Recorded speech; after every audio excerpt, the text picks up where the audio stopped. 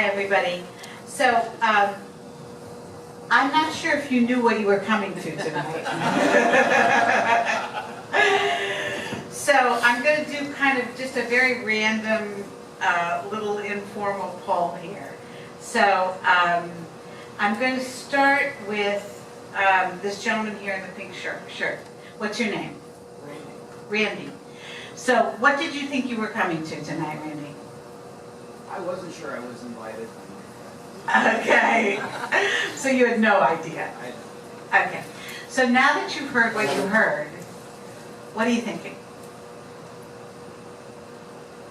don't know, I'm interested. I'm not sure where the evening's going. I'm not sure where the evening's going, but I'm interested. Okay. So let me tell you, Randy, where the evening's going. Okay. So this is a two-part initiative.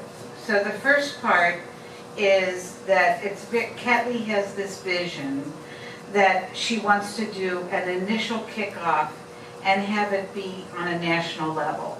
And the kickoff is about, let's start talking, let's have this honest dialogue, very much along the lines of what you heard from Towards a Perfect Union. And then there's part two, which is equally important, if not more important. And part two is that Ketley's vision is that she would like to see something in our area, the Southeast Florida area, that continues this on a long-term basis, right? So the short-term goal is to have this be done nationally, and then the long-term goal is to have the people in this Palm Beach area, very much the area that's serviced by this center, become a pilot program for communities throughout the country to be able to see that it can be done.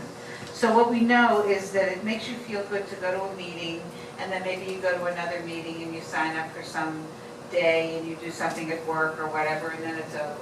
Okay. But what they learned from Towards a Perfect Union was that nothing really happens. No real change happens because of that. So the idea is to, by the way, this is my first time at the center. And so, and I only recently moved to Florida. I've only been here for a year. And so all of my activism took place in Boston. And as you know, we think from Boston that we're oh so progressive and oh so enlightened. And then I came here tonight and found that this marvelous center touches the lives of 60,000 people a year in this area alone. So think about those numbers for a minute, okay? Imagine for a minute that we all came back into this room a year from now and said, it started here, and now we're a year later, and we have continued the momentum, and we actually can be very proud that right here in Palm Beach County, we created a pilot for Dialogue for Real Change that can be a model for any community in the United States. Imagine how cool that would be. But it's going to take work, and it's going to take devotion, and it's going to take time. And what I'm very encouraged by is that we have a wonderful base to build this from because of this marvelous center and how many different kinds of groups, you touch in any given year. And who knows, we hope to bring in people that maybe have never known anything about this place and bring even more communities together. So if you think about that, and you think about the fact that we would like this program, as it comes back to Palm Beach County, to continue to touch the lives of thousands of people. Now, think for a minute what each one of you can do if you're interested in making that happen. Think about how many people you touch in your lives, between work and your other interests. So what we know for sure is that grassroots efforts work, and that they need to be organized properly, and that people need to have actions that are realistic and doable. And that's what we're going to start with tonight. So we have breakout discussion groups. So this goes back to your question, Randy, about, well, what are we going to do and where is this going? Okay, so we have 10 areas of problem or consideration that need to be addressed. And so the 10 groups are in Table 1. That will be led by Tony and Ketley, and it will be outlining the study circle model, what's out there already. Table 2, social marketing, creating the brand, what is the hashtag? We already have some ideas for that, and that will be led by Julie Seaver. And Table 3, we don't have quite enough leaders for all the tables, so some people are going to go from table to table. How do we spread the word on a national level?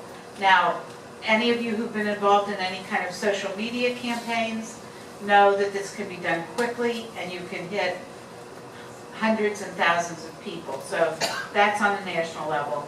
Then table number 4, spreading it on a local level, will be Joyce Reingold will be the leader there. Table 5, funding. Do we need it? Would corporate sponsorships be appropriate, or some other areas of funding? Ryan will be leading that. 6, should law enforcement be part of this initiative? If so, how? Mary Lindsay, leader. 7, should the religious community be a part of this initiative? If so, how? 8, network connections. Who needs to be on board and brought on board to help us in terms of tapping into as many networks as possible? So that would be tables 8, 9. How do we bring the youth into this initiative? Dylan will be the leader. 10.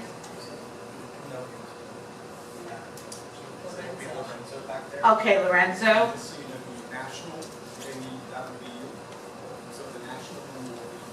Okay. I think the only person we were looking for was somebody who could take the lead on facilitation related to religious communities. Do we have anybody who would be willing to kind of be the note taker or leader? Okay, we have there. Perfect. Rex. And then I was doing the network connections, is that right? Yeah, so I'm on network connections. 9 is how do we bring the youth into this initiative? And then 10, finally, should there be a political goal for this initiative, or should we leave politics out of it? And that's Lillian. And since some of you who came here tonight didn't know what you would be getting into, we want to make it very clear how serious we are about this. This is not just a shoot the breeze kind of event. We certainly can use support in all the ways that you can imagine. But if you don't feel comfortable being in one of these table conversations, if you feel that this is not what you thought you were coming to, then we certainly don't want to make you feel uncomfortable, and you're certainly not required, don't feel that you're required to sit down. We only want people at the tables who feel that they want to engage in these kinds of brainstorming activities and be able to come up with solutions, because we're thinking big and we're acting big. So, one more thing.